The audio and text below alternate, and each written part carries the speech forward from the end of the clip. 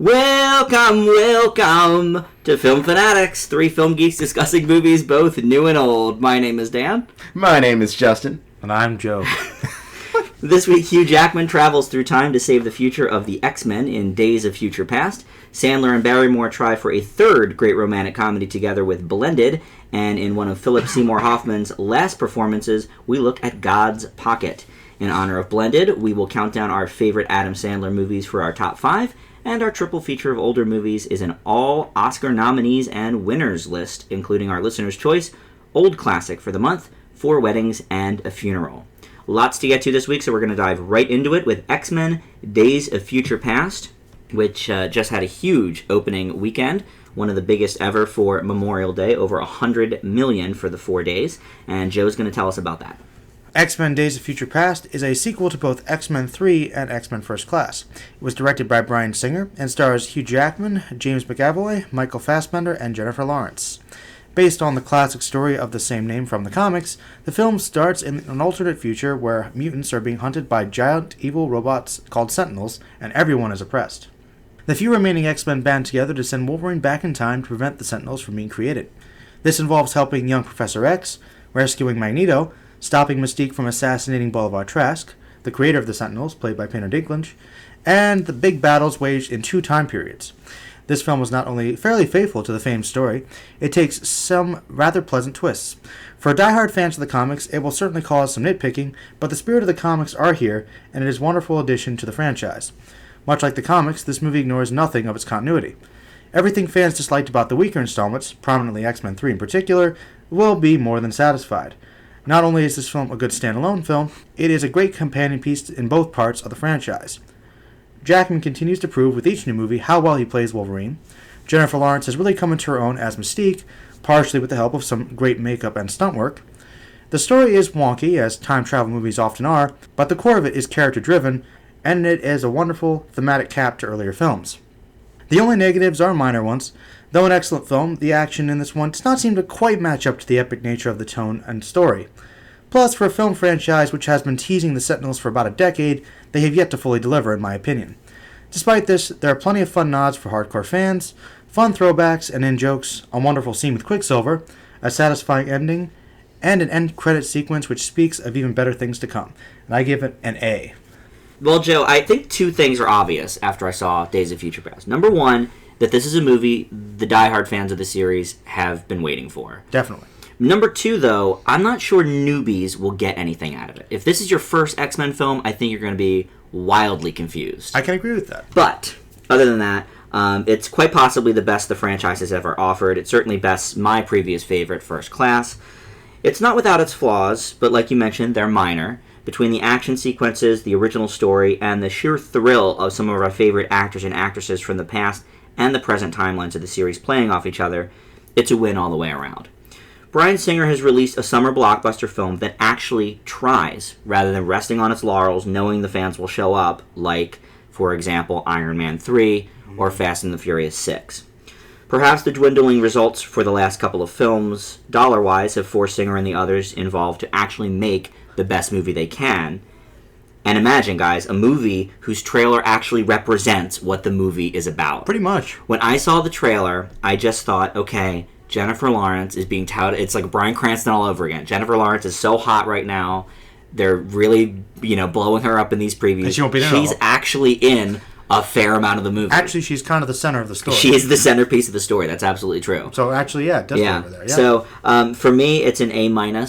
I think just because it's really more geared to the fan base than it is to the general population, I can't quite give it that full A. But I will say that it is a bit reliant on previous films, so I can understand it not being quite as accessible. But I still think for what it is, I think it's quite excellent, though. Awesome. Yeah, I mean, it's, for me, the best superhero movie of the summer. I gave Captain America an A- as well. I believe this is a better A-. Mm-hmm. Well, I'll tell you right now, I'm a little more of a Spider-Man fan, and as you guys remember, I gave it an A-, but yes. I think this one is a better movie. Nice.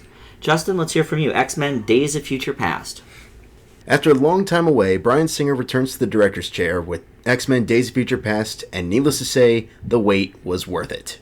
It's not easy to pull off a great summer popcorn movie, but in 2014, a year that desperately needs some good entertainment, X-Men Days of Future Past swings for the fences and never holds it back, easily offering up everything that a blockbuster needs to be. Although this is unquestionably the darkest installment of the X-Men franchise, and rightfully so, the film makes great use of some of its best star players and coming up with intelligent ways to sync the best elements of not only the reboot, but the older films, and mostly making them connect. Unfortunately, due to the massive nature of the cast in this film with the past and present, some of the side characters, such as the newcomer for Quicksilver, don't really get quite enough to do. Overall, X-Men Days of Future Past is not only the best X-Men installment yet, but it truly has been one of the best mainstream films of 2014, and for that, I also give it an A. Yeah, I don't think we're going to see a better action movie this summer than this. I mean, of all the ones coming out, I mean, obviously Transformers I think is going to not be a hit on this show, and probably Turtles as well. Maybe Apes. Yeah, Apes That might could be the variant. Apes might be good. I'm looking forward to Maleficent, but I don't think it's going to be quite up to par with this. Hard to say.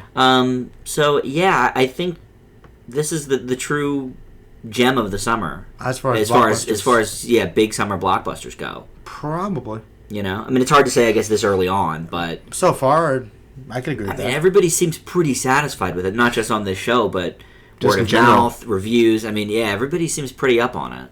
I definitely did want to see more Quicksilver, though. Yeah, he stole the yeah. show. That was, yeah, his couple of scenes were, I think, some of the best in the film. Oh, yeah, I agree. And I'm not super familiar with him. Was he in the other movies? Nope. No, I didn't think no, so. this is Okay. new. My memory's a little foggy on some of the older ones, but I didn't think we had seen him before. He's a new character for the film franchise, but he's a Okay. pretty significant character in the comics. Okay. Yeah. Yeah, and there's definitely a lot for the haters of Last Stand, which you mentioned, Joe. I saw it with my friends even after I saw it with you guys because I You've actually seen it twice then. I did see it twice Nice. because I had some issues with it, so I wanted to go see it again anyway, and I'm glad I did because I think seeing it with my friends got me into a better atmosphere for it. Okay. And I think it was summed up the best. I think no matter what, even if the film had some issues otherwise, I do feel like this film was made for the fans, and I think it had a specific purpose. I think it was meant to set up bigger, better things. Sure. And I think it was meant to just completely erase X-Men 3, which it kind of does. Right. Thank goodness for Spoilers. that, yeah. Which, I mean, it's literally, I think, the whole point of the movie is saying, Bryan Singer's like, okay, I left the franchise.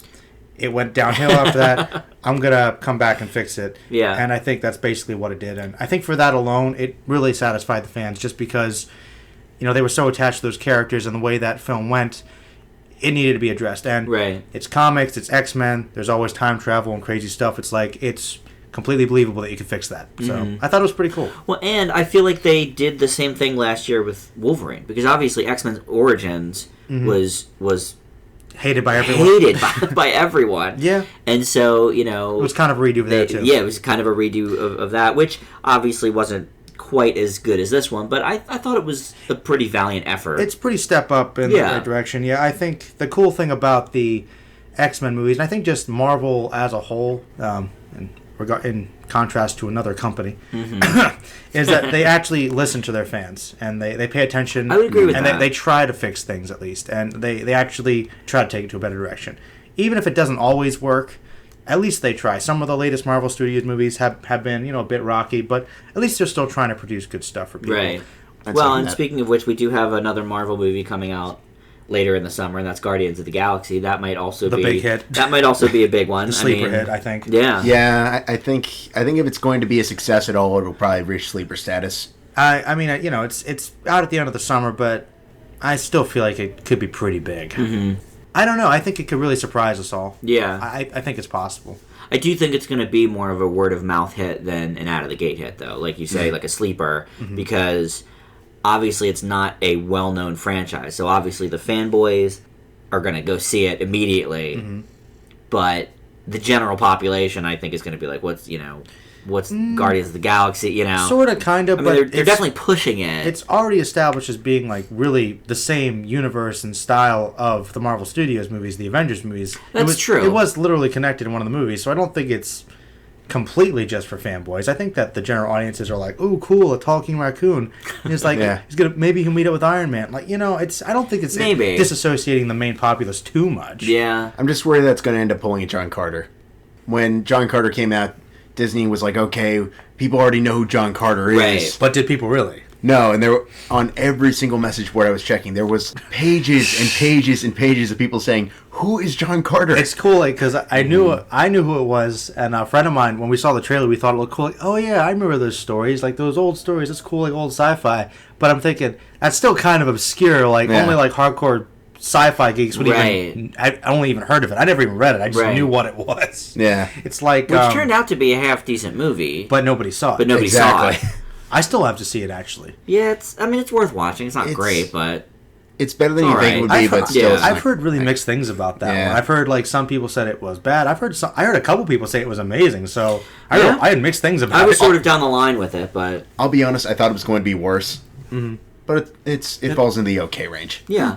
I can live with okay. So, hopefully, that fate doesn't befall Guardians of the Galaxy. No, I most certainly hope not. I think there's so much love going into it. I don't think it's going to be a bad movie. Well, like I said, they're certainly pushing it because, I mean, it's playing before just about every movie. And it's also the last big movie before Avengers 2. That's true. That is true. So people are going to be like, maybe there's a hint there. So if nothing else... That's true. I don't know. All right, well, let's move on. And up next, we have Blended. Adam Sandler and Drew Barrymore in this play Jim Friedman and Lauren Reynolds, one a widower and one a divorcee, who are just jumping back into the dating pool. They meet during a blind date that goes horribly wrong. However, when Jim's boss decides not to go on a romantic trip to Africa with his girlfriend, who happens to be Lauren's best friend, the two of them sell the trip to Jim and Lauren and their kids, unbeknownst to the other, and the two have to deal with being civil to one another for an entire week in Africa. With lots of goodwill from previous Sandler films The Wedding Singer and 50 First Dates, it makes sense that he would try for a third co-starring Drew Barrymore. While their chemistry is still fully intact, many of the jokes here are as gross, obvious, or stupid as some more recent Sandler movies. The film skates by, though, merely on the delightfulness of Barrymore, the cuteness of some of the children, and every second that Terry Crews is on screen as the lead singer of the hotel's house band, who seems to be following the couple around the entire movie. He knows the plot. Which doesn't make much sense, but is forgivable since he's far and away the funniest thing here. Any way you look at Blended, though, it's impossible to deny that it's the best Sandler movie in quite some time, and I'll give it a C+. And the sad thing is they kind of push it. Like, it's actually... Yeah, they push it in... They push the title in the movie. Like, we're so clever, but this movie... this title's not as dumb as it sounds, guys. Terry Crews follows them around, and half the time the songs involve blending. Right? The movie's ending. Perhaps this is giving Sandler too much credit, but for the first time in almost a decade, Sandler has made a film that, as a critic, I would actually watch again. Granted, Blended's far from his glory days, being Billy Madison and Happy Gilmore, but it's such a step up from the schlock that he's put out over the past few years, a little credit seems warranted. That said, it's hard to see how any of that could be possible during the first 20 minutes or so, starting off so poorly that it almost feels like it's heading back into familiar, awful territory. It also doesn't help that Blended attempts to make use of Wendy McLendon Covey, why I'm never entirely certain, as Barrymore's ever-whiny work sidekick, because she was such a laugh a minute in Tyler Perry's The Single Moms Club. Note the sarcasm. However, once the action gets taken to Africa, the film does start coming together, offering up some of the spirit of the older, much better Sandler movies. It never strays too far from the familiar playbook, such as Sandler alums popping up like daisies and an endless onslaught of quirky side characters, but it also never stops being fun either. Blended is by no means a great film, but it's at least a step in the right direction of possibly getting another great Sandler film in this lifetime, so for that I'll give it a B-.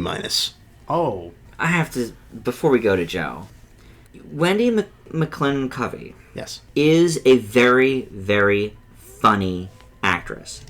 I don't think that she is getting proper roles for her in these movies. She's currently the mom on a sitcom called The Goldbergs, and she's hilarious.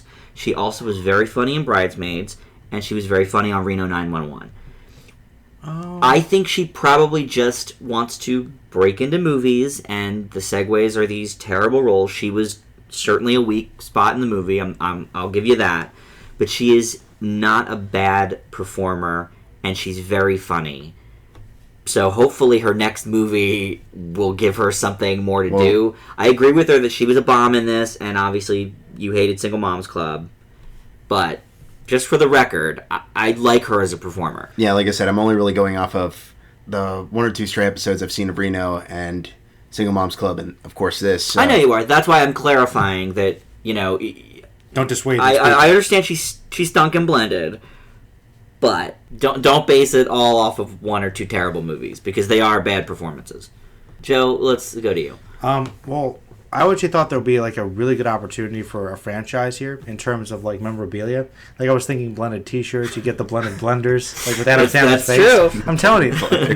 I'm telling you. Wouldn't people buy the blended blenders? Somebody. They would. I think they would. Adam Sandler fans are pretty hardcore. Actually, you guys, I think, summed it up pretty well. This movie kind of stays really safe. It's really like this kind of cliche, generic story, but that doesn't mean that it doesn't work. I mean, I think there's kind of still some good heart. Overall, the story was decent. I actually did like the characters, though I really agree with Justin. I think the first, 15 minutes of the movie was terrible. It's a tough start. I was like, Drew Barrymore's a B, Adam Sandler's a D. I just didn't like any of these people. I thought the kids were all annoying. And I will admit, that actress, I think that as a performer, she's fine. Mm-hmm. But the characters that she plays... They didn't give her anything. Are horrible people. But, I think some of the jokes did fall flat. Like, he kind of went over some of the same tricks that he used before. There were no fart jokes, though.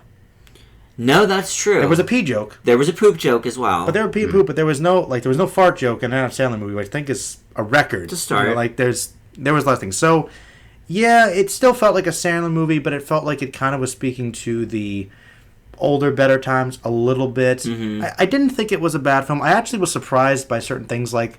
I forget who they were. Maybe you guys remember the actors' names, but in the trailer, I thought there was going to be these characters, these side characters that were going to be so annoying. It was the Kevin Nealon. Yeah, is the man, the old laid back guy and his young girlfriend. Right.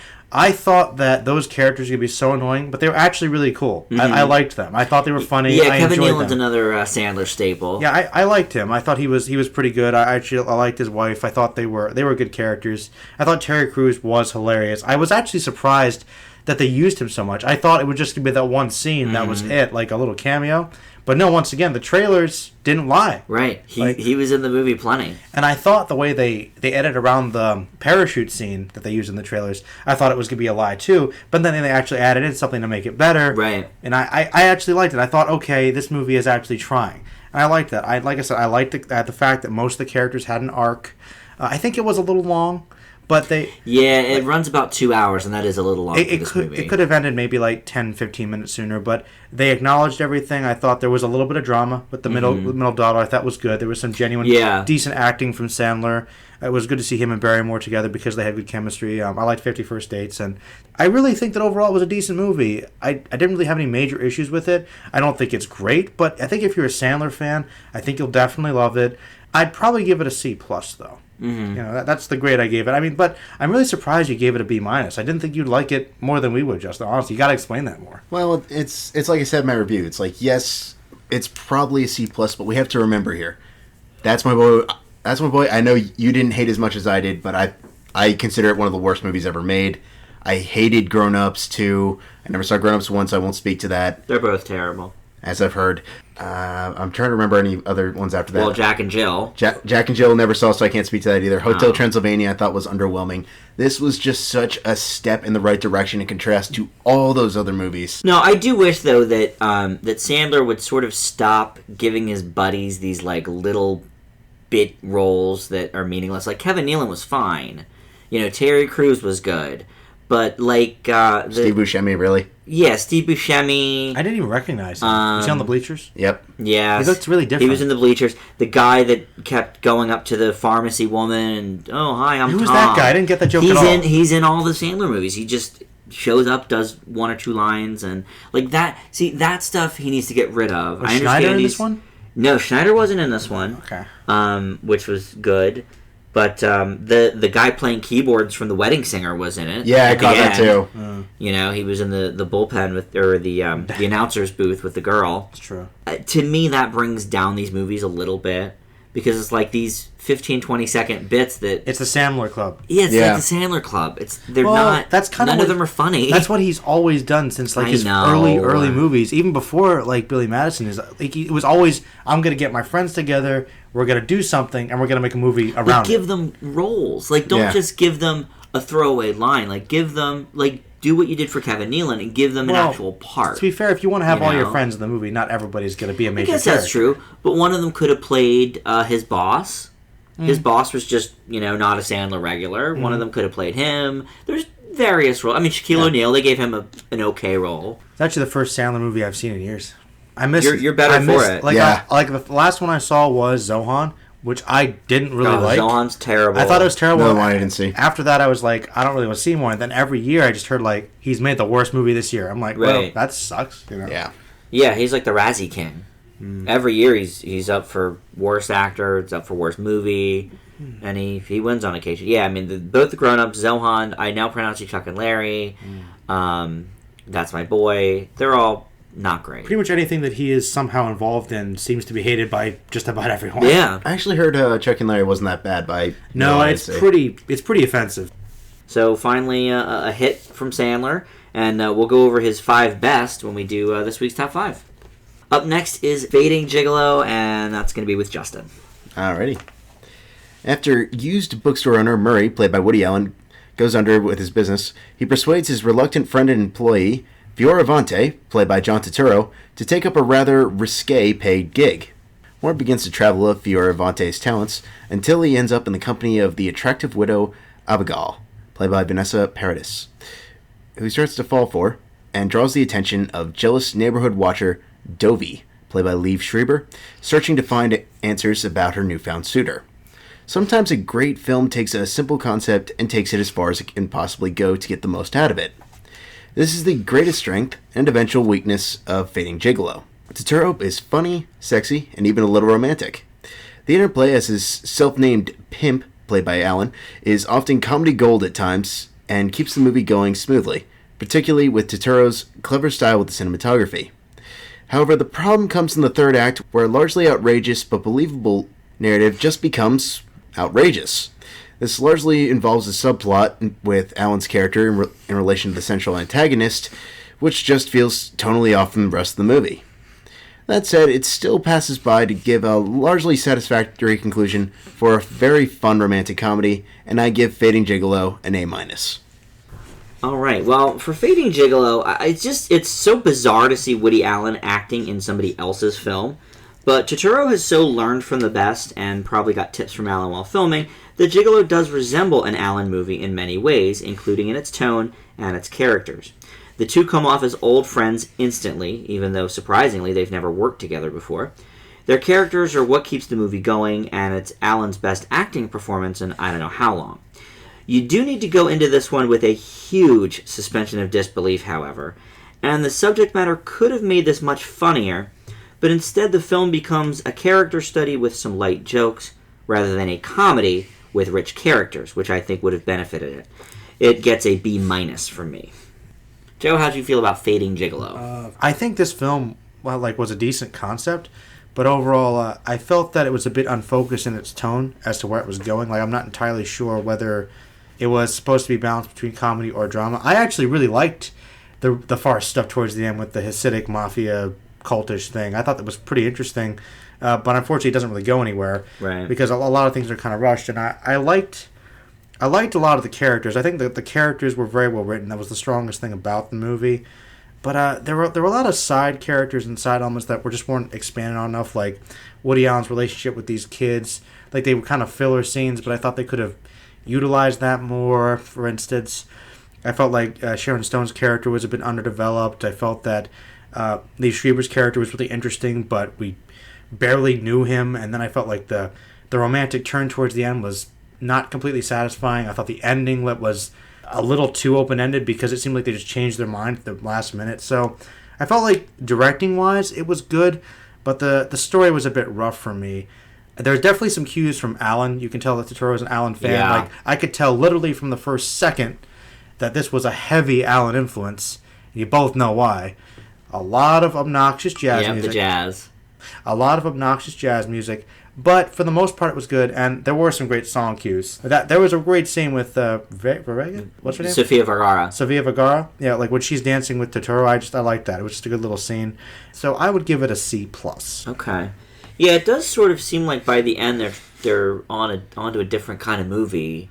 And then they just then kind it of started, and then it just sort of ended. And I agree that a lot of these characters are so underdeveloped. And you're right, Joe. His relationship with the kids and this family. It was. I guess I understand it was for laughs, but I felt like they were almost throwaways. Yeah. I mean, I liked them. Don't get me wrong, but yeah, I don't know. Maybe it was just a matter of being too short. But then again, maybe if it had actually closed off on that third act, I think that it would have been a little more focused. It would have been tightly wound together. But they kind of divert from the romance, which was a very strong element, but once again, not explored quite enough, and they just kind of focus on something else, which is also really interesting, but I guess it's for laughs, I'm not entirely sure, but then they drop that, and then they just kind of wrap that other storyline up, and they say, okay, I'm done with this whole Gigolo thing, right, and then there's a scene, and I like that last scene. I really like the last scene a lot, where they're sitting together. It's a good scene, good conversation. I liked that. I thought it was a good way to end the movie, and then it's like,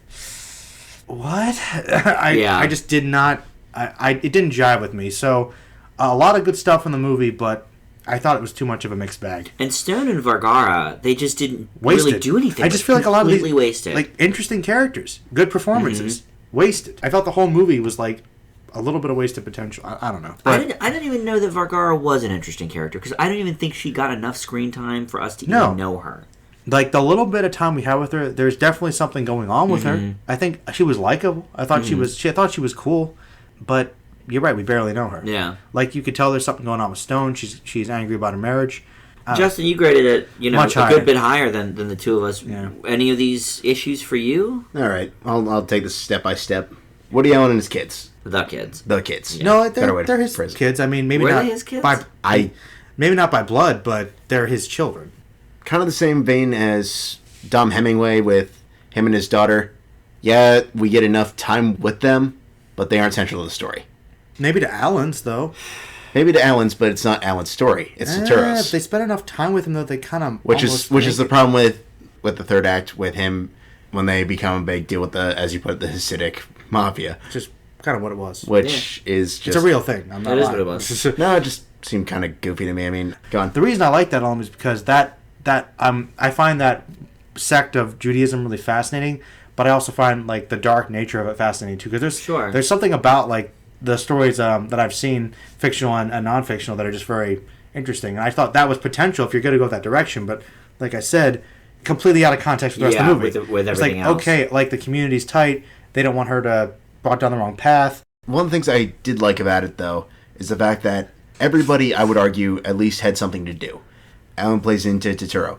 Sharon Stone and Sofia Vergara I don't think tie into Woody Allen. It's a loose connection. Why does he become Gigolo? Sharon Stone and Sofia Vergara. But you know what? Honestly, if they had her in one scene, that was fine. But they decided to go back to her. You know, they don't. They build up the menage. And let's be honest, if you're going to be that kind of a character, we're not going to know a whole lot about them.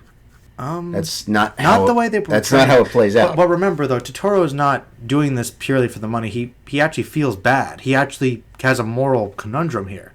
So I feel like if you're going to devote time to it, let's do it. Let's have at least a conversation. He does, and for the most part, I'd argue it happens in the movie. But we're only going to get so much information because it is a gig. As a counter to that, though, they could have lifted Sofia Vergara out completely and just had it be a hookup between him and Sharon Stone's character. There didn't need to be the menage a trois in it at all.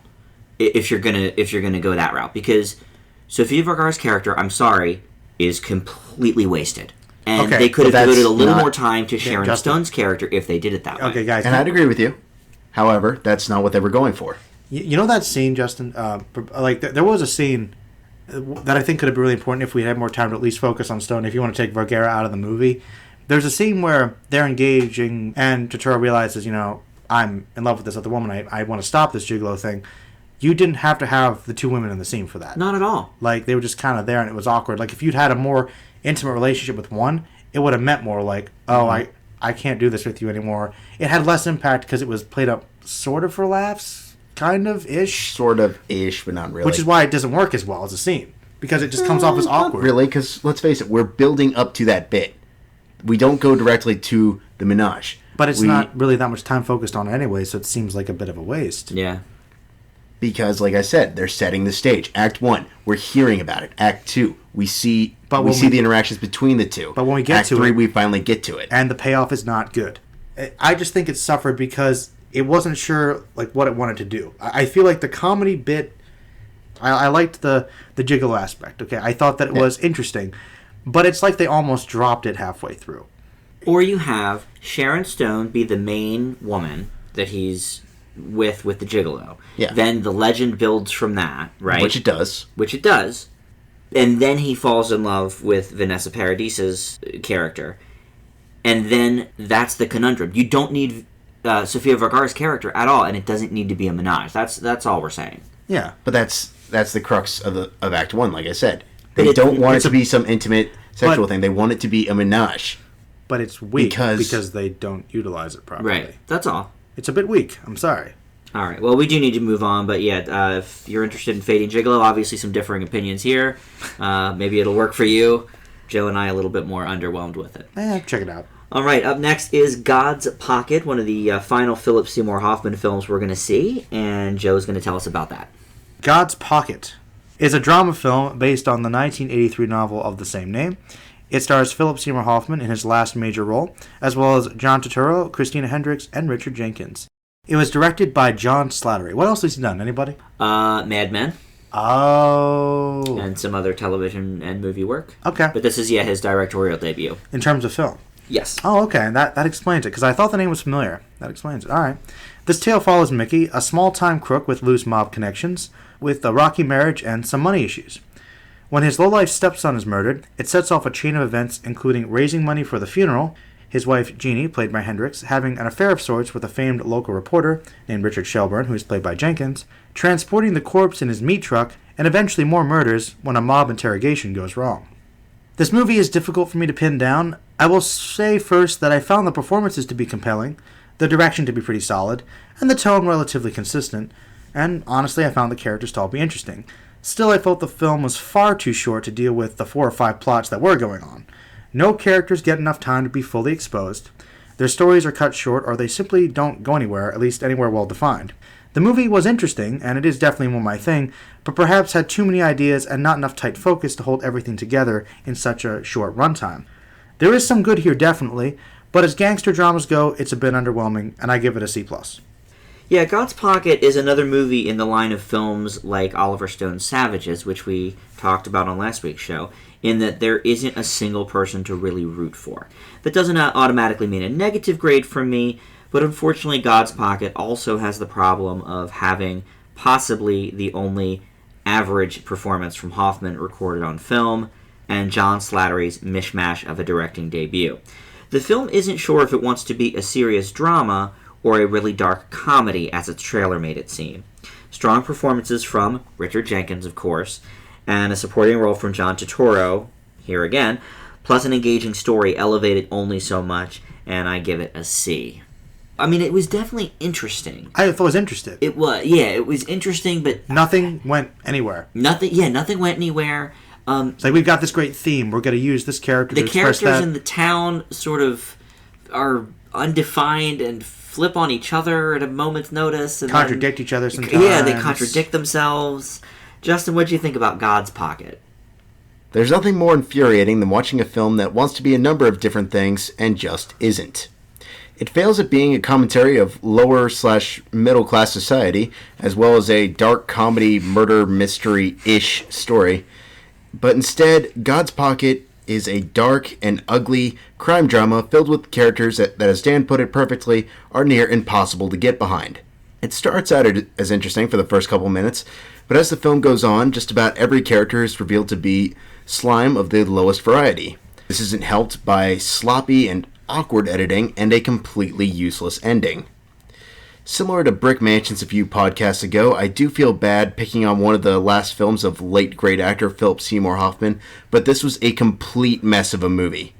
Granted, Hoffman and supporting actor Jenkins did everything within their grasp to save this, but there's only so much that can be done with a story this lackluster. God's Pocket gets my first D- for 2014. Wow, not a fan. At all.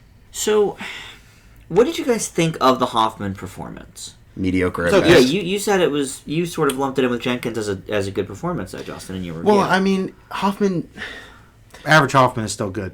I was going to say Hoffman still knows how to churn in a good performance, even when the story is completely crappy. Jenkins, I've yet to see give a bad performance. I'm sure it's coming. The guy's great. The guy is awesome. Cabin in the Woods, The Visitor, which if you haven't seen, you need to. Even Liberal Arts, which is just an all-around kind of average/mediocre movie, does a pretty good job in it. Mm-hmm. But I mean, like I said, there's really only so much you can do with a story this bad. I think bad might be the wrong word. Yeah, I thought the story itself was okay. It's just what they did with it between the very directing uneven. and the acting, I thought was uneven, and where they went with the characters. It's not even uneven. It's like really, really, really unbalanced seesaw. It's unbalanced, but the parts that were strong, I felt like some of them There are were no strong parts. I thought Richard Jenkins' character was... He's terrible. I mean, he's stereotypical. Just because he's not somebody you can get behind Doesn't mean he's not well written. necessarily mean he is not well badly written. Do not kid me on that. Every single character in this movie is a terribly, terribly written character. It speaks to the talent of these two actors that they were even able to do anything with this. I mean, I'm not script. I'm not saying it's great writing. I mean, admittedly, he was a stereotypical drunk writer, but a lot of writers are drunks. His character makes no sense whatsoever. Why not? How do you figure? It's like, okay, I used to be this great writer, and I'm an alcoholic, and I haven't turned out an article in months. Do they know anything about journalism? No. Because if that were the case, he would be writing the unemployment line within weeks. That is not true. Months, weeks. The thing is, though, he's like a legend, though. So Doesn't matter. It was kind of implied the guy would. There's a couple things, though. He is a legend. He's been at the newspaper for 20 years. Doesn't matter. But also, it takes place in the mid-'80s.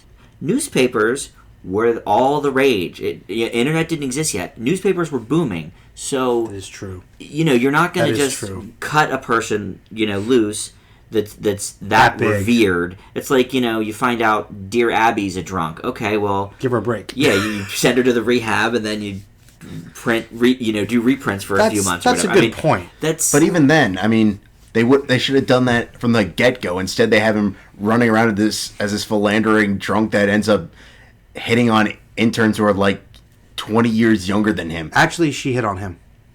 Either way. And that does happen. I'm not denying that it does. I was I'm just fine with saying that. I it's mean, it didn't ridiculous. go anywhere, but it's not ridiculous. He's a famous writer, and she admired him. Yeah, I don't think it's ridiculous. It may have been handled Awkwardly. ridiculously in the writing and directing, But- but the premise is not ridiculous. Like the plot. The plot is a joke. I mean, I'm sorry. The fact that this I don't actually know got if I- made is an atrocity. No. That to say that there are far worse plots yeah, out there. I Come on, think man. you're being far too harsh on this movie. I'm sorry. This is garbage. I don't know about that. Garbage. It's You wonky. hate everyone. I did not. I I did not hate Philip Seymour Hoffman. Philip Seymour Hoffman's character was like the epitome of slime in this place. I wanted No. If every single character no. had gone Reservoir Dogs by the end of this movie, I Justin, would have been satisfied. Justin, he was not the epitome of slime. I'm not going to say he was a great guy. He still wanted to give his wife's crap son, who we know was a terrible decent person, funeral. a decent funeral, and he went through heck to do it. So you can't tell me he had no redeeming qualities whatsoever. That's true. Still slime. I mean, I'm sorry. he's not- You can be a terrible character and have one redeeming quality. I mean, I don't think he tried to help a guy that was Richard- cheating on his wife. He was tried to stand up for him. Yeah. You can't tell me that wasn't a good thing. He's not I'm complete not slime. denying that. He's not complete slime. I mean, I'm not denying that he's still slime, and he did nothing to try and prevent them from kicking the living crap yes, he out did. of He him. was he trying did. to pull them off. Did you not watch this? He And followed him out into the street and tried to pull him off. He did And try. yet still got the crap kicked out of him. Well, but he tried. Just because he didn't succeed doesn't mean he didn't try. And I mean, these were like 10 young guys. He did try to pull them off. My point is, I feel like you need to watch this again. No. No, Not gonna I happen. know. I'm serious because Not this- gonna happen. I might make it happen.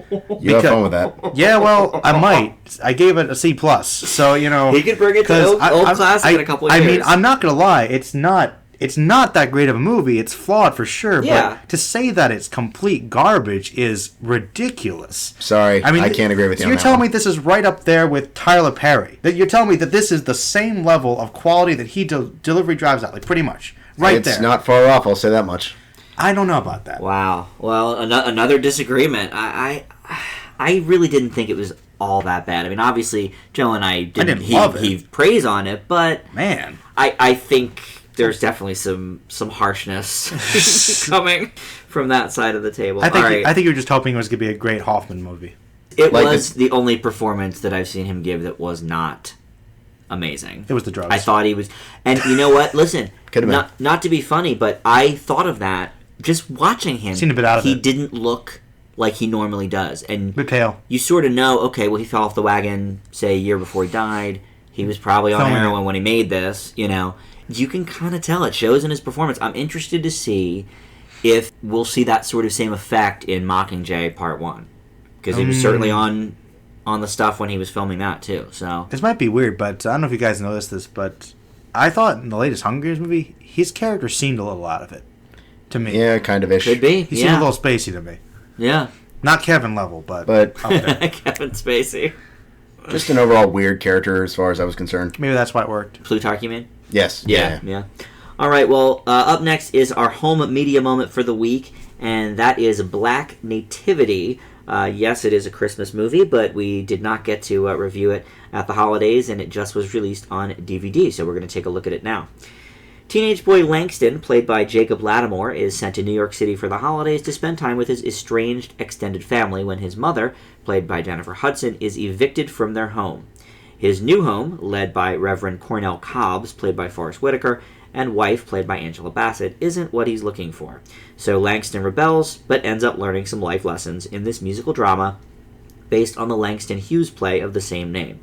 The film is entirely predictable, cliched, uninteresting, and corny. What it has going for it is Whitaker's acting, which should surprise no one, and decent songs with amazing vocals, as always, from Jennifer Hudson and Mary J. Blige as an angel. With that being said, my recommendation would be to just get the soundtrack and enjoy the best part of the film by a mile. I give it a D+. Joe, you wisely skipped this one, so let's hear from Justin on Black Nativity. To be fair, I did want to try and see it. I was looking for it, and I guess not surprisingly, it was kind of hard to find this one online. Yeah, I'm not sure why they... Usually with Christmas movies, they wait the full year to release it on DVD. I don't know why this came out in April. Yeah, well... People were clamoring for it, I guess. The big box office hit that it was. I'm not a big fan of Langston Hughes in general anyway. So, okay, fair enough. Justin? There are two things that I became very aware of early on while watching Black Nativity. I'm white. 1. Point 5, I'm white. 1.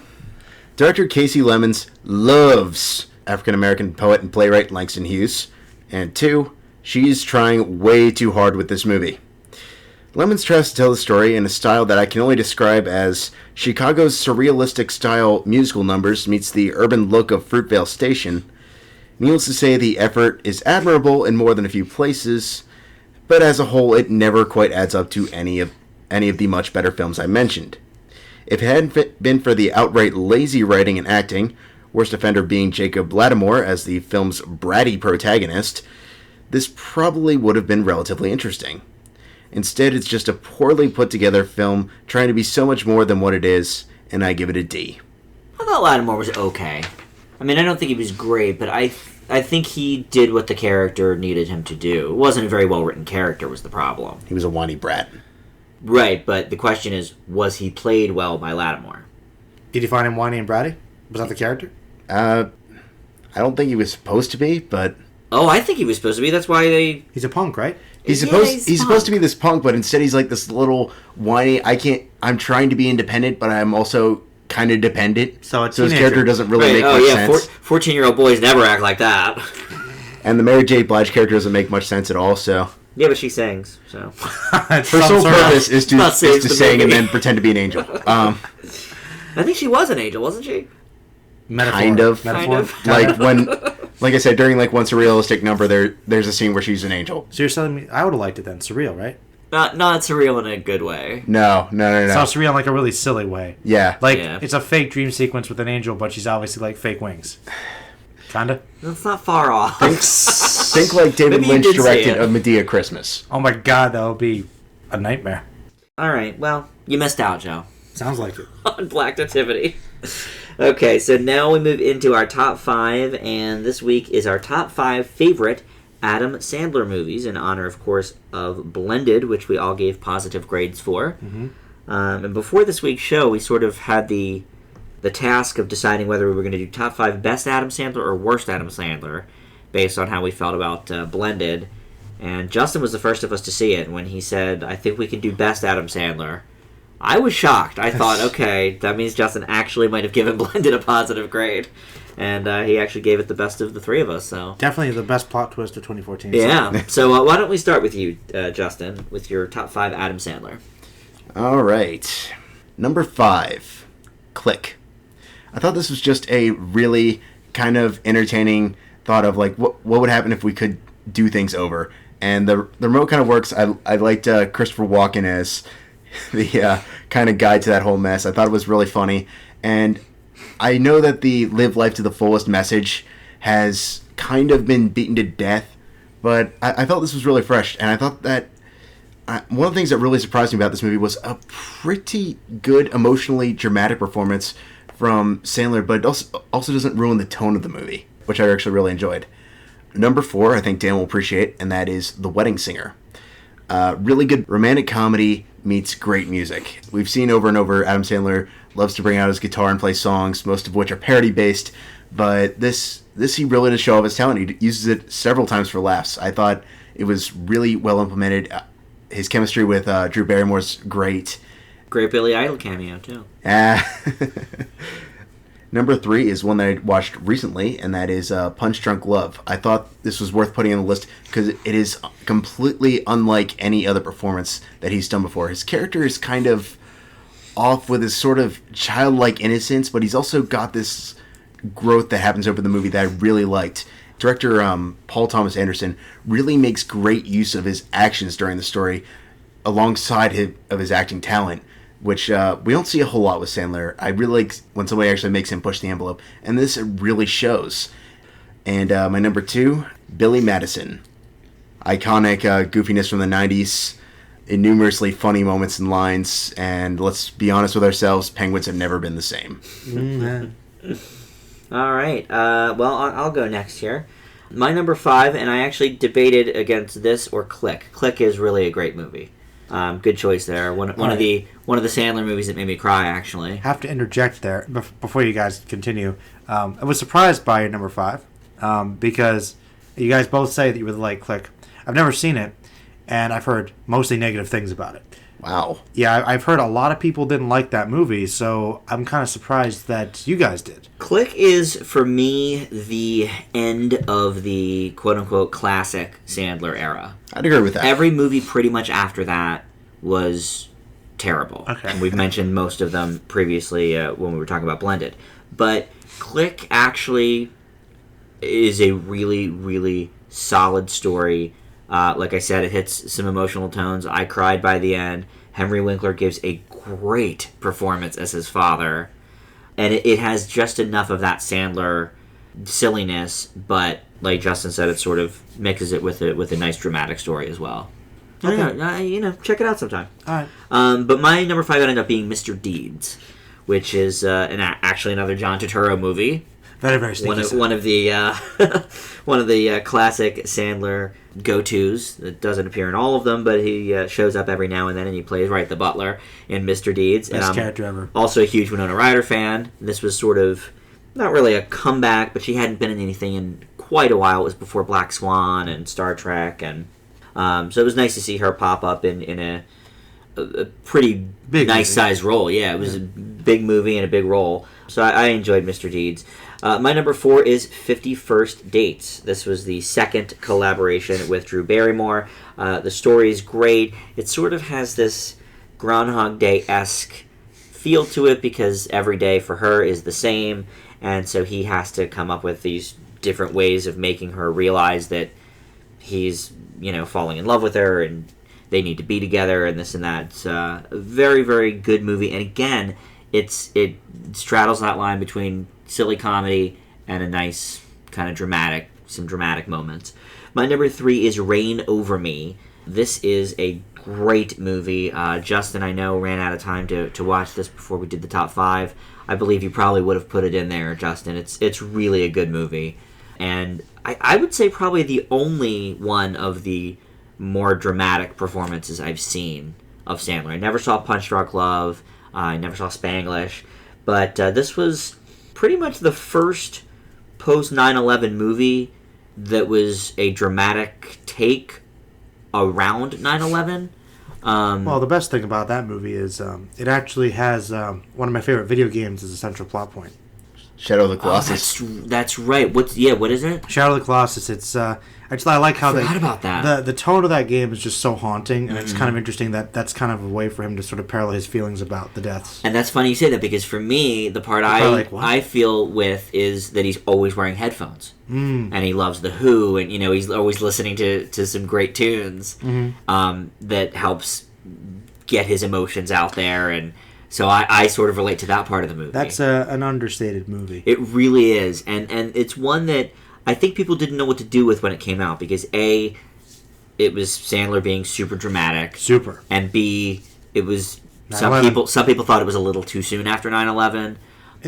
I thought it was a few years after. But it had pretty big dramatic weight, and it really did. More too soon than United 93, though. I had problems when they came out with those movies. I didn't. It's too soon for you, right? I had huge issues with United 93. That's why I didn't see it for a while. I do remember that. I remember that in World Trade Center. I was like, and that would have been 2006. I was like, guys, no. I did. Yeah. So yeah, I guess no. Maybe too soon. Maybe too soon then. Yeah, maybe. Well, now that it's been almost fine now. It's been over a decade. I would say give Reign Over Me a try. All right. Well, my number 2 is The Wedding Singer. One of the best early Sandler performances, and really it showed that he could be a romantic lead. Up until then, it was mostly the Billy Madison, Happy Gilmore type of comedy, where it was like, yeah, he was romancing somebody, but it was like... Are you kidding me? Yeah, it was like, okay, you're romancing the hot, elementary school teacher, Billy Madison, and here it was this believable thing. He's a wedding singer, which he plays hilariously. His entire band is hilarious. And it's just one of the best 90s romantic comedies, I think. Great soundtrack also. Yeah. All 80s music, really good. It's been too long since I've seen it, so it might be absent from my list. Okay. I guess I'll do an honorable mention too. I think it's a really dumb movie. But when I was younger, I really liked it. And that was The Waterboy. You quit making fun of me. I mean, not gonna lie, thought it was kind of funny in a really, really dumb way. One of the very few I have not seen. The Waterboy and Longest Yard, I think, are the only two I have never seen. Not gonna lie, of the comedies. It's not that great, but it's... People like it, though. I mean, there's some good lines. Yeah. Some good throwaways in there. My number 5 is actually kind of a controversial choice, because I know that you guys weren't big fans of it. But I still really liked it. It was funny, people. And I thought it was a pretty good dramatic performance from him. And I thought it was really good that he took an introspective look at his own career and tried to do something with it. I thought it was unique. And I like Seth Rogen in it. It's actually probably one of my favorite Seth Rogen movies. Truth be told, I don't have as much issue with it as you do. I know Dan doesn't really like it. I give it like a B minus. I go back and forth. Well, I know. I mean, I guess I was speaking more to Dan, but I know. I gave it a C. It's not that much lower. Yeah, it's not too bad, But I'm just saying, I liked it more than you guys. But I liked the whole concept behind that movie. I really enjoyed it. Though, admittedly, I've only seen it one time, but it has stuck with me. I still feel like if I go back to it, maybe it wouldn't be on this list, but... Jonah Hill gives a great performance in that film. Yes. That's my number 5. It's so low because I do think it is a weaker and it's a bit controversial, but I always kind of liked it. My number 4 is Mr. Deeds. Nice. That's probably like my first actual introduction to Sandler, because I don't think I had seen most of his previous movies because I was a little too young. But I remember I think that would have been 2002. I remember actually seeing it in theaters, and I just thought it was really, really funny. And that was my introduction to Sandler, and I just loved it. I loved the concept of the story. I thought it was fun, it was simple, and I loved John Turturro's character. I remember just thinking the butler stole the show. Yeah, he was great. No, I just loved him in that. That was good. Number 3 will make Justin very happy. It's Anger Management. I really like the character Sandler plays in this movie. Once again, I like Turturro. And I love his interplay with Jack Nicholson. Great West Side Story throw in there, la la la la. And it's completely insane, but I think it fits. I've always really enjoyed Anger Management. My number 2 is actually probably the only dramatic performance I have on here, and that's Spanglish. I think Spanglish is probably one of the best performances Sandler's ever given. It's a great drama focusing on just inner city life and kind of the turmoils of being a parent and struggling with the language barrier. I think it's a really good movie. And it got a lot of hype when it came out, but people don't really talk about it too much. But I thought it was a really good performance from him, and just a great movie in general. Cool. I'd recommend it. It's one to check out. You'd really like it, Dan. I'm pretty sure it's up your alley. Okay. Have you ever seen it, Justin? I have not. I've only seen like the first maybe like 5-10 minutes. Oh, you should watch it too. You'd probably like it too. All right. Well, Justin, what is your number 1 on the Adam Sandler list? My number 1, Happy Gilmore. It's unquestionably lowbrow comedy at its finest. So many great cameos, characters, and other things like that. I love the parallel between hockey and golf clashing horrifically together. And I just feel like it really shows that goofy slapstick, when done right, can really hit the mark. Good number 1. Yeah, you know what? I've only seen that movie once, actually, and it was mighty long time ago. Billy Madison I've seen a lot more, probably 5 or 6 times. I did not put that on the list. I do like it, but I think, I don't know, I feel like the ones on my list have maybe a better story, you know, and but in terms not of quite like, as good. I mean, in terms of goofy comedies, you're absolutely right, Justin. Billy Madison and Happy Gilmore are like Top the notch. tops. I think Yeah, I when mean, they're the pinnacle. When people think of Sandler, those are the two. Those are the two they think of. Yeah, I would agree. But my number 1 actually is Big Daddy, which is another one sort of like Spanglish in the sense that it was really hyped when it came out, but when people talk about Sandler movies, it doesn't really get brought up in the conversation. But I loved it. I thought it was really touching. The kids were cute, played by Dylan and Cole Sprouse from The Sweet Life of Zack and Cody. I would say, along with The Wedding Singer, kind of his first foray into like less silly comedy. There was definitely silliness there, but he shows a little more range with the father stuff. I probably have to go back to it because I did see it once, long time ago, and I don't remember liking it too much. Okay. I remember oddly enough thinking that it was too crude. Same, actually. Like, I don't know. I don't know. For some reason, I didn't like it too much. Okay. But it's one I could probably go back to. That may have been one of the forays from silly to crude. Because Billy Madison is not a crude movie. No, but even like the poster for Big Daddy is them urinating on the wall with a little kid, and I remember just thinking something about it just struck me the wrong way. That's interesting. But then again, that was a long time ago. Yeah. We're talking like 10 years or something. Well, what is your number 1? My number 1 is also Happy Gilmore. Nice. Pretty much what he said. I'll have to rewatch this one. I like how it's just simple, innocent comedy, but it's funny. It's dumb, but it works, and it has heart, and it has some really iconic scenes, good performances. It's great. I consider putting Billy Madison on my list, but I watched both of them again recently, and I liked Happy Gilmore a lot more. And Billy Madison, I think, has some really good scenes and really good lines, but as a movie overall, I didn't like it as much as Happy Gilmore, like, by a long shot. See, the guy used to make really great movies. Once upon a time. And now he's making great ones again, right? Blended. And right? now Blended, the new hit. He's getting back. I will say, speaking of Once Upon a Time, I will say Bedtime Stories actually is pretty decent also. It's more of a family film than even like the Grown-Ups and Blendeds. It was rated PG. I actually... but it was actually a pretty cute fantasy movie. I remember when it came out, people talked about it, but no, I never saw it. Yeah, it was pretty good. Justin, have you seen that one? No. Only in bits and pieces. Okay. Yeah, he tells his kids bedtime stories, and then they kind of come true. Yeah, I remember hearing about it, but I didn't see it. All right. Well, up next is our triple feature, and that's when we take a look at 3 older films: the new classic, the old classic, and the Oscar nominee A to Z, which this week is All This and Heaven 2 from 1940. First up, though, is our new classic, and that is Searching for Sugar Man. This 2012 documentary focuses on the life and death of Rodriguez, one of the most enigmatic musicians of all time, and one who never made even the slightest dent on the charts with his 2 early 70s blues rock records in the vein of Bob Dylan. Even his own former label owner, when asked how many copies Rodriguez sold, answers, quote, maybe 6. However, over the subsequent years, somehow Rodriguez's music found its way to South Africa, and he became one of the nation's biggest musical stars, topping even Elvis. From there, his legend only grew, and nobody knows how his music even ended up there, why it became so popular, and what happened to him, as liner notes on his album gave few clues as to who he even was. The story that follows, directed by Malik Benjalul, who just passed away 2 weeks ago from a suicide, is beyond fascinating, and some conjecture becomes fact as we go along. Searching for Sugar Man has more twists than many scripted movies, and the payoff is great. I have few complaints with this film, and they are minor. Searching for Sugar Man gets an A. Joe? Well, I have to say I was really surprised by this one because I think fundamentally at the center I just loved the story, and more importantly I loved the style.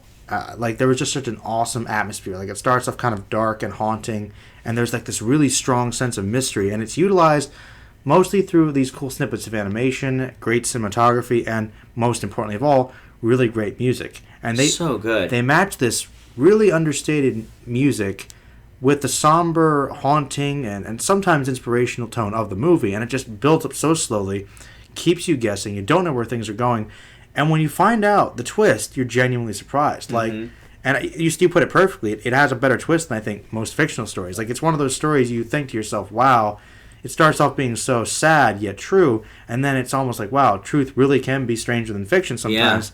Yeah. And it's just so awesome. I mean, I think, like I said, the atmosphere was definitely something I liked. I liked the music, but the story was just so good and yet so real, and just goes this really awesome direction. And I thought that was really a great way of sharing something true and using investigative journalism and film just to show that and demonstrate that is amazing. There's just like this magical, captivating nature to the film that just gets you going. I mean, it's short, but it has a lot going on within its runtime. That it doesn't feel too short, but not in a bad way. I think this is the example of a perfect documentary, and I would give it an A+. Nice. Justin? The best documentaries, I believe, are the ones that don't feel like documentaries, which is why I found the Oscar-winning doc, Searching for Sugar Man, to be one of the better films of recent years. Learning about the mysterious Sixto Rodriguez's criminally underrated music career is both captivating and well-placed with great music straight out of Rodriguez's own discography.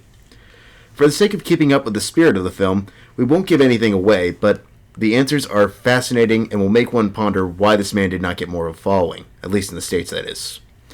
Searching for Sugar Man is a fantastic documentary about a great subject, largely told through equally compelling interviews. A+. Yeah, this movie really was great.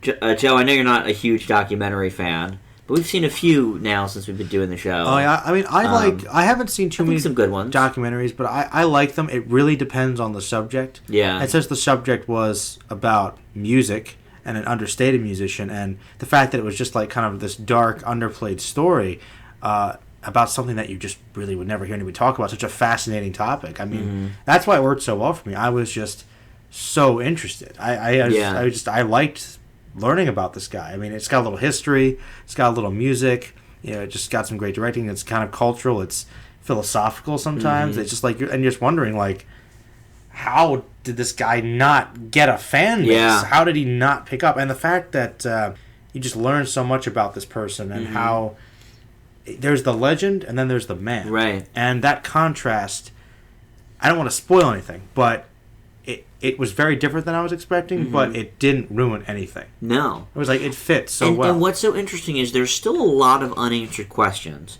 like how his music even got to South Africa in the first place. People have some theories, but no one actually knows. And it's like, there are questions that never get answered. It's so bizarre. But it's like you're at peace with it. Yeah. Because you're like, okay, well, we're never going to know the answers to these questions. But for whatever reason, it's like, you think in one hand, okay, this guy was completely the wrong place, wrong time. It's kind of the sad, tragic story. But in another way, this guy's music made a huge difference to a lot of people. To a lot of people. And and it's quite possible, I just have to say, it's fascinating that if people hadn't just looked into it, nobody would have ever known about this connection. Right. And I find that what they say in the movie is they think that he's in South Africa. They think he's huge all over the world. They have no idea. In South Africa, like, he became such a big part of their culture. They think they said that he was like up there with Elvis. With Elvis, I'm right. like, he's like, they think, oh, that guy's the best. Like, they just think of him as being like something like Frank Sinatra Right. or the Beatles. They say that, right, the 3 records that are in every South African's home in the 1980s and 90s, Beatles' Abbey Road, Simon and Garfunkel, Bridge Over Troubled Water, and the Rodriguez record. It's like people like here with Led Zeppelin and Cream. Like, right. You just Elton John. Like, of course, everyone listens to that. And to them, he's this enormous star. But he's not. But he's not. And how did that happen? Because his songs are amazing. They're so good. well written. And you think about the time they came out. It's you said you think his stuff is better than Bob Dylan. Oh yeah. I think he blows out of the water. He's a way better singer, obviously. And I mean, his music is good too. The lyrics are so good. Even if you're not a huge like folksy person, I just think you will really like the music. I want to buy his albums. Yeah, I agree. Justin, any final thoughts? I think you guys really hit the nail on the head with this one. It's just a really well-told story. I really like the mystery component of it. And like you both mentioned, it's one of those things where, like, the reality should be this kind of, like, should be in this totally different direction, but it's not. And it's largely because the genius handling just works so well. I also feel like he did a really good job of implementing the music without making it feel like by the way, go out and buy this. No, honestly, if they hadn't said that it was like his actual music at the beginning, I would have thought, okay, they're just picking something that kind of fit the mood of the time. Like, I think when I first heard it, like, I didn't think about, I actually didn't think about Sugar Man. I didn't know that Sugar Man was Rodriguez. So, like, original songs by Rodriguez. Like, okay, this is kind of like in the tone. And then I realized, this is the stuff they're talking about. Same. And it just kind of like, you're kind of revealing, like, oh, wow. It's really a shame that the director committed suicide a couple weeks ago. He was working on a new documentary. I'm just thinking, but he's got a great vision. I mean, it's a shame. I don't want to say anything offensive, but I don't know why he would have killed himself. He obviously did something really worthwhile. Yeah, he apparently suffered from deep depression or something. I understand, from what I read, but I mean, it's just a shame. Yeah, it really is, because he was truly a talent that. I mean, he won an Oscar for Searching for Sugar Man. Thankfully, it's deserved. The guy, but who knows? What else we would have seen from him? Like, just by cinematography alone, and his strength and connection with just knowing tone and use of music, right? Editing, and he knows the components of good story. And he could have done fiction. I agree. He could have done fiction with it. Yeah, he really could have. All right, well, up next we have our old classic, and this week is Listener's Choice, and this one comes from Melissa. If you have a Listener's Choice you'd like to suggest for us to review on the show, we do one Listener's Choice slot every month, so you can let us know that on the YouTube page here in the comments section, or at our Facebook group, Film Fanatics with an exclamation point, and we're going to hear from Joe on 4 Weddings and a Funeral. 4 Weddings and a Funeral, a 1994 romantic comedy starring Hugh Grant and Andie MacDowell, a.k.a. Dan's favorite. The worst. And directed by Mike Newell. The film follows Charles, played by Hugh Grant, as an awkward but charming bachelor, I know that's shocking, right, who falls for Carrie, who is played by MacDowell, a young woman he continues to meet at several weddings and a funeral, much like the title suggests. The story is basically a series of conversations and occasional hijinks at some exceedingly British parties. There isn't really much for me to say about this one. It's kind of a film that sort of gave Grant his niche. The comedy is decent and the characters are likable enough for the most part, though the story seems rather simple and perhaps even dull for it to have been as big a hit as it was. It was actually the highest grossing British film at the time of its release, which I was kind of surprised to find out about afterwards. I don't really like the romance that much since I found the lead female rather bland and uninteresting, enough for Charles to fall for her. I think it was another character, Fiona, I believe it was. I actually thought would have been much more interesting logically, so I didn't quite understand. I know it kind of fits well with the idea of this charming romance fantasy. Ultimately, it still has a warm and simple charm to it, though, and it seems to hold together the story relatively well, and I would give it a B. All right. Justin, what did you think of 4 Weddings and a Funeral? After watching the second film I have seen, written by Richard Curtis, we reviewed About Time in Season 1, I've noticed that he knows how to tell a charming story, but unfortunately not much else. There's no denying that 4 Weddings and a Funeral is fun to watch, and offers up more effective humor than most date movies, but it often falls prey to a couple noticeable issues, such as the overall repetitive nature of the film. This seems understandable given the title, but it often makes the film very episodic, with only a few segments interspersed between the 5 events. This also doesn't help that there just doesn't seem to be much chemistry between Grant and MacDowell playing his love interest. However, where Four Weddings truly shines is with the supporting cast, all of whom easily end up getting some of the best lines in the film. It still isn't enough to make it be much more than fun romantic comedy fare, but it's mostly enjoyable, and I give it a B as well. Well, Justin, I would say, I think that, I know you're not too experienced with that gentleman's scripts. I think if you watch a couple more of his films, you'll realize that is always the strongest part of his movies, the side characters. Like Notting Hill, the side characters make that movie.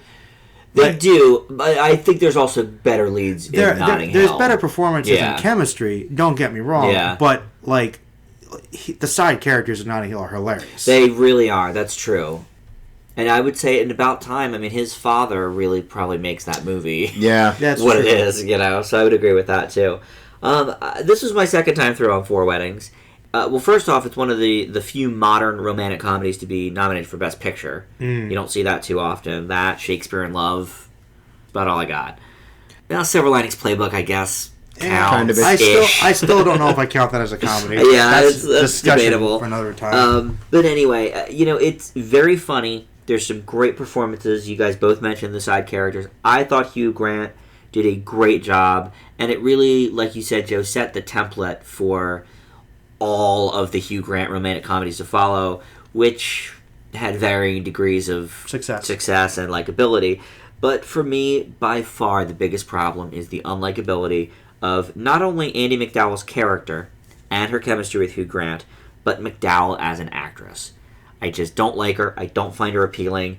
She only skates by in Groundhog Day because it's not really her story. It's Bill Murray's story, and she's just sort of really off to the side. Surprisingly, considering she's like the primary romantic lead, she's not really part of this one either. No, she's really not. And like you said, there's several better options for Hugh Grant on the table. I just thought story-wise, I just didn't understand why he liked her so much. Yeah. Because she was so bland. And I think maybe it was the performance, the writing, or some combination of various things. But I just liked that other character a lot better. You and I kind of talked about that bit at the end. I think it's unfortunate that McDowell's in it, because I think if it were maybe a different actress and the chemistry was a little better, you might have rooted for the two of them to get together. But there wasn't interesting, even as a character, her decision she made. I didn't think No, you're right. She didn't have anything interesting going on. I just didn't think she was worth it. Yeah, you're right.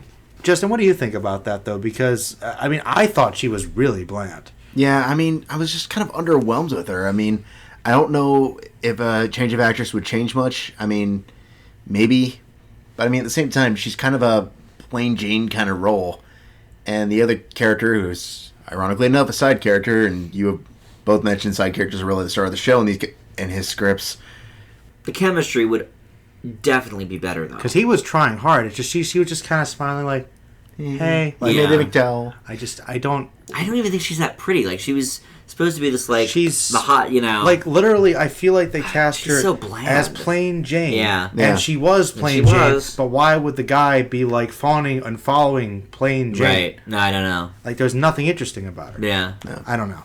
Well, anyway, I think as a romantic comedy, it does what it's supposed to do. It was very funny thanks to those side characters. So I'm actually going to give it a B+. Okay. All right. All right, now we have our final movie of the show, and that is our Oscar A to Z. This is a 1940 film nominated for Best Picture, Supporting Actress for Barbara O'Neill, and Cinematography of the black and white variety. It's called All This and Heaven 2, and Justin's going to tell us about it.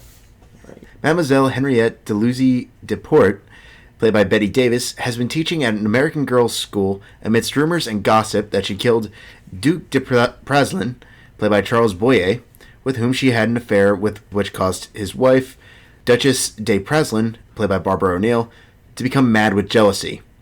In an attempt to win sympathy with the girls, Henriette tells them her story. While the synopsis may strike one as melodramatic, which to some extent it is, it also dares to beg a relatively big question for the 40s about thinking before judging.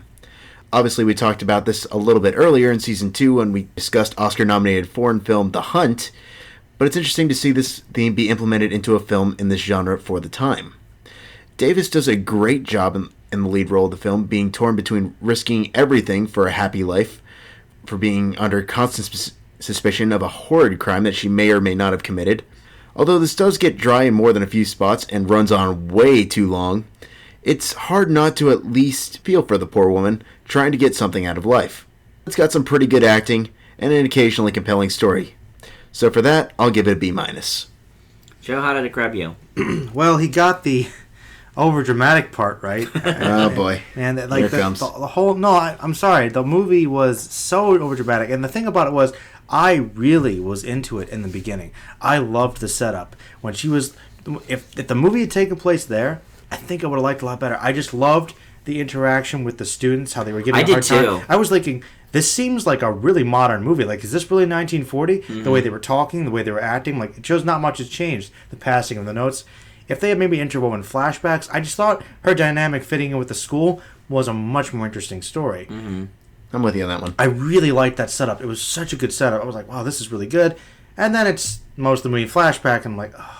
Period, peacetime. And it felt like a completely different movie, which it basically was. I agree with you. The acting was good. There were some interesting characters. I did like the dynamic. I thought the performance that his wife gives, the character of the wife, I thought she definitely played this intense, evil person. But also skirts the boundaries between overkill. Over the top. I was like, okay, I know. Yeah. She was like, okay, I know that they, I believe, did they acknowledge, was it her for the acting? Yeah. She's the one that got nominated for the acting, and I'm thinking, it was good, but it's pushing a little too hard. It's a little over the top. Mm-hmm. And I just felt like this movie was kind of compounded by that over-dramatic nature, and it was too long. It didn't need to be over 2 hours, I thought. I thought that... At all. There was like a huge, 45 minutes of the movie that I thought was mostly padding. So if they condensed it a bit, maybe toned it down, and maybe focused more on the school and the future setting, and I think it could have been more compelling. It's a good movie. It has some great strengths, but I just felt like it was a little hammier than I was expecting from an Oscar movie, and so I would also give it a B-. It's interesting that you brought up the school dynamic. I loved that so much. I also like when they returned to that. I felt like I know you've seen Rocky IV, Dan. I know you have as well. And we have that big final battle, and it's like they're kind of finally rooting for Rocky. Yeah. I was thinking it could easily done that with a verbal component. We keep coming back here and there. Yeah. And we still keep having that interaction. We don't compromise that, but it's like we skip this potential for having I'm sorry if they had dealt with the other characters, the students, the other faculty, her having to kind of adjust this new life. What a great story. And yeah, that was that first the clincher. That first 10 minutes was excellent. That would have been wow, this could be an A, an A+. I really liked it. And then there was the rest of the movie. Yeah. Also, neither of you mentioned the music in it, the score. It was really overpowering. It was I know that was sort of the thing to do back in the 40s and 50s. Let's have a sweeping score over everything. But it was we've seen a lot of these old movies for the Oscar slot, and I don't remember being quite so okay, enough with the music. It was every time somebody started to talk, the music would swell again. I thought the kid actors were all pretty terrible. I thought, especially the real little girl. As Justin would know. Say, it's cutesy. I don't know if I'd say it was terrible. It wasn't. It was bad. I thought the teen actors were good. The teen actors were good. I mean, the little kid actors. Specifically, the one girl was... I thought the boy was fine. Was terrible. Yeah, the boy was okay. I thought the boy was okay. Davis, Boyer, O'Neill, they were all fine. O'Neill was a bit over the top. I was It's hard to tell, though, with a movie this old. Remember, it's a good point you're going for it. Remember back in the day, we're still coming off the time when theater was the way you do it. Right. And to make it interesting, you had to be over the top. You had to project. You had to, project, enunciate. But I'm just saying, she was probably from an older school of acting. And remember, around this time, even in the 60s, a lot of these people were classically trained back when... movies weren't really the primary gig. It was still theater was the way to go. Yeah. For a lot of these people. So it's it's hard to tell whether or not is this super over the top? I think it was over the top. Or is this just how I'm really evil. I think it was destroy her life. Yeah, some of those scenes. I thought the directing was pretty original though, because you had a lot of handwritten letters and newspaper articles they would zoom in on and actually read what they're saying. Yeah, it was. I thought that was pretty forward thinking for the time. For the time. So I leave All This in Heaven 2 with a B. It's definitely far too long. I mean, you guys pretty much hit on the negatives of it. I do wish that it was told a little more in flashbacks. I just want, but that school would have been good. The whole movie was a flashback. Yeah, it would have been. Although for the time. Those kids were pretty back-talky to their teacher. Yeah, but they thought she was a murderer, though. Yeah, that's true. Well, that's true, but I mean, that's why I was like, wouldn't that make you more scared than like sass mouth with her? I don't not when know. Everyone's not when everyone's basically inches away from being an angry mob on her. Yeah, like they were all like against her. Like if she tries anything, remember these are like rich governess kids. Yeah, that's true. So they think they're better than everybody anyway. Yeah, that is true. Well, that is going to do it for the show this week. If you do have a suggestion for Listener's Choice for Old Classic, we definitely would love to hear from you. Joe, I know there's an X-Men review on your page. We recently did an X-Men Days of Future Past review. I also uploaded my 800 sub special. So I kind of did like selected of my top like videos that I did over the time, collab videos with people, and suggested some things to check out. And I'm also going to upload a blended review that friend and I saw this morning. Oh, nice. So, okay. You'll get to see a little more. So an extended blended. Extended blended. And you can link to those in the description of this page. If you have not subscribed yet, go ahead and do that. And you can also join our Facebook group, Film Fanatics, with an exclamation point. And we'll see you back here next week. Thanks for listening. Bye.